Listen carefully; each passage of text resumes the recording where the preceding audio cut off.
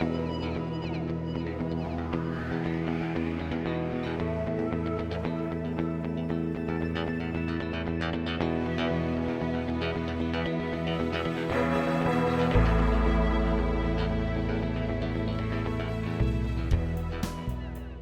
I really appreciate you, submitting the information on your brother. I, read a few times through kind of the story that you provided, putting together videos of people who are either patients or caregivers, family members, and then putting it into just a short little story means a world of difference to people out there who are, either just entering that journey in some capacity, or in the middle of it and need a little bit of encouragement and things like that. So, the human voice is a very powerful thing. It makes a difference. Yeah, quite some really, really interesting stories. And, it was still encouraging for Joe and I. But he's a sharp guy. Joe and I both worked at a national laboratory together, and we met for lunch every day. We'd go over to the cafeteria and we'd gripe about our stress for the day and the meetings that we had to sit through, and we'd talk about, can't wait until we retire and just go golfing every day. Yeah. Really, that's what kept us going, is being able to tolerate some of the stress we had from our jobs. But Joe always he always lived the way he wanted to. So looking back, it's another 10 to 15 years of golf just to get in the number of rounds he had when he was my age. So he always lived a life for himself, which we're also grateful for. He and Lisa just did whatever they felt like doing. They didn't have any kiddos, and so they had a little more freedom. And we had just come back from Phoenix. We had a big gathering in Phoenix with my mom and all four of us siblings, who very rarely get together. It's really unusual to all be at the same place over the holidays. And we had just come back, and it was just that Joe had a seizure in the middle of the night, and Lisa took him to the well, she called 911, and they came, and he was fine by the time they got there, but he didn't remember it. That's when they noticed the abnormal scan, and initially had a grade 3 astrocytoma. Wow. Okay. And it was pretty diffuse. There wasn't a tumor, but the more they looked, the more they found, and eventually determined that what he had was glioblastoma multiforme. I'll just say GBM. Yeah.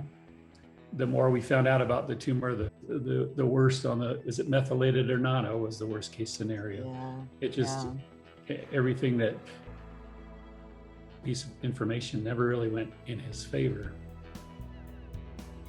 But, from day one, his response was, he looked at us and said, well, I'm glad it's me and not one of you guys, because I wouldn't be able to handle this if it were one of you. Wow. Yeah. And of course, you probably wish the opposite, right? Going through it, I'd say, okay, I see what he meant. Yeah. It probably would have been easier if it were me. Yeah, so Joe's very active, very physically fit. That's why this whole thing came as such a surprise. But amazing water skier. He had a great water ski boat. He bought a lot on a small water ski lake, not to build a home, but just so he could use the lake for water skiing. I always tried to beat him at golf. Every now and then I would. But even after his diagnosis, he was still beating me pretty regularly on the golf course. Couldn't catch up to him. Just very active and happy, well liked. Always had parties, very generous to all of his friends.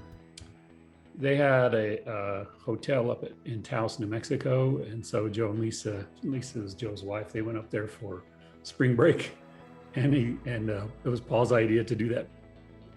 Joe ran out there, they took it, they sent it to the news. It was on 2 of the news channels. A coffee mug with it. That's awesome. My cup of Morning Joe.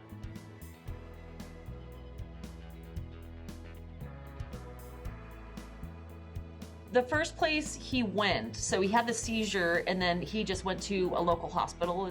Yeah. Happened? Yeah, Okay. He went to a local hospital, and they, a few days, I guess, and they did a biopsy and determined that it was brain cancer. And his doctor told him, it's typical life expectancy.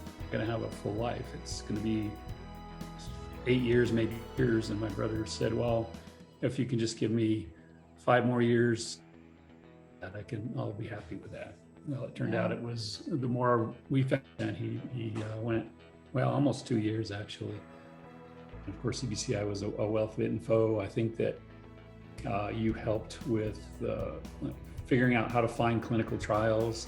I think the thought process of EBCI is to help speed things up and give patients more options than they might not otherwise be aware of. So just the awareness factor was really nice. They did the surgery and that went actually pretty well. Then with the radiation, my brother's a mechanical engineer and I'm electrical. And so the option of the proton beam came up. We thought, it does a lot less peripheral damage. That seems like a lot better idea. Blanket radiation, because it's focusing the beam in one location. That's what he opted for. We had to fight the insurance a little bit because I think, clinically, the outcome, there's not enough data to say that the outcome is better in the long run. But not because it's not a better treatment. I think that's just because there's insufficient data right now. I think that the evidence will pile in that is a better option, and it just makes sense. Did they reserve any tumor tissue, or did they give that option? Yes, they did. In fact, after we lost Joe, his brain to science as well, and it's off the top of my head, I forget where it went. Just because of the emotions involved in thinking about it, but they went outright.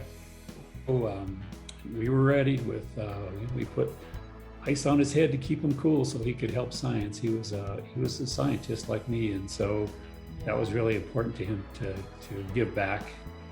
And so that was probably the best gift anyone could ever give to anybody. We knew of the Mayo Clinic through other friends who had been there for other reasons with other family members. Yeah. And we knew the reputation that it had, and it was so convenient, and his insurance covered it. And so it just was, pun intended, it was a no-brainer to an opinion. And I can't tell you how the Mayo Clinic made us feel like it was our second home. I had no hesitation or no anxiety walking into that place. It was nothing but comfort the minute I walked in the door there. They're wonderful. And we spent a lot of time there, and we always just felt like it was a third home to Joe. Is there anything you could say about this process, or the biggest thing that you may have learned? Attitude, maybe. Look at things, and I think that what Joe taught us is that all of these little things that tended to bother all of us, he would just shake his head and say, "It's in the noise."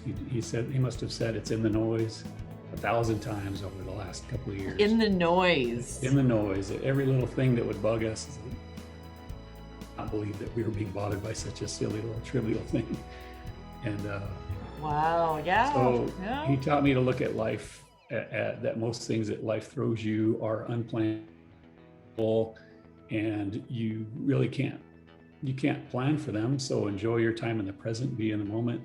If you're healthy and you're not suffering, then, like I said earlier, you're having a great day, and just realize this is a great day. So I thought I was aware of those things and lived that way, but and really everyone that was around Joe, that's a gift he gave all of us to really change the way we look at our lives and live. If you had the power to change any part of the process from, initial diagnosis into ultimately what was the end for Joe, is there anything that if you had the power to change, that you would change? If I did, I think what I would change is this whole do no harm. Yeah, to me, when I hear that, it means do no harm at the expense of possibly doing lots of good. When Joe first talked to Dr. Bendock, he told him, in a way, you're blessed. You get to know what your life expectancy is, and you get to do something about it. And a lot of people don't get that. Right. And it's sort of a blessing in disguise. And so I think Joe knew that, and he said, if I could just have 5 more years, I know how I would live those 5 years, and I would be exhausted and have no energy to go on anyway. So that's plenty of time. But to me, as a day where you really want to raise the visibility and the importance of continuing this research, and really to, just as important to me is to be grateful for all of the accomplishments that have been made, the scientists and engineers, the things that they've done, that the proton beam facility, just amazing. Just look back and be aware of all the work that's been done. Don't be frustrated by all that hasn't been done yet. Also be very grateful for what we do have and the treatments that are available. Yeah, I wish they had the opportunity to meet him. They would have loved Joe. Yeah. Everybody loved Joe, that's for sure. He will continue to change our lives no matter what. The minute he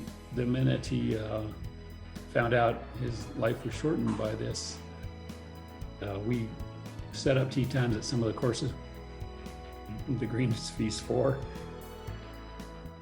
and just played some pretty amazing golf. Played one round in Phoenix. We were at the Boulder.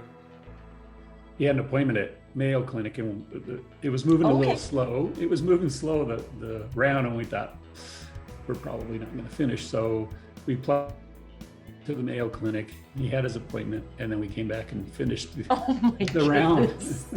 That's some serious golfers right there. That's how Joe lived. He was inconvenienced by his cancer doctor while he's trying to complete a round of golf. We realized, hey, the U.S. Open is in Pebble Beach in June, I think it was. So we set that up and went out to Pebble Beach, and it was a lot more fun actually being at the U.S. Open, I think, than it would have been playing Pebble Beach.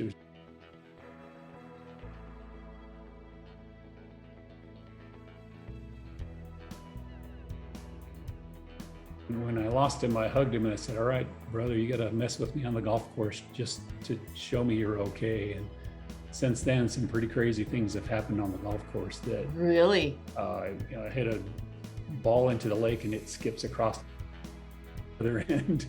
I hit a ball up in the trees and it bounces and lands right on the green. When he moved on to the great golf course in the sky, he had a golf ball in his hand. He was holding on to it. That ball sits next to his eternal resting spot. Has that golf ball next to him.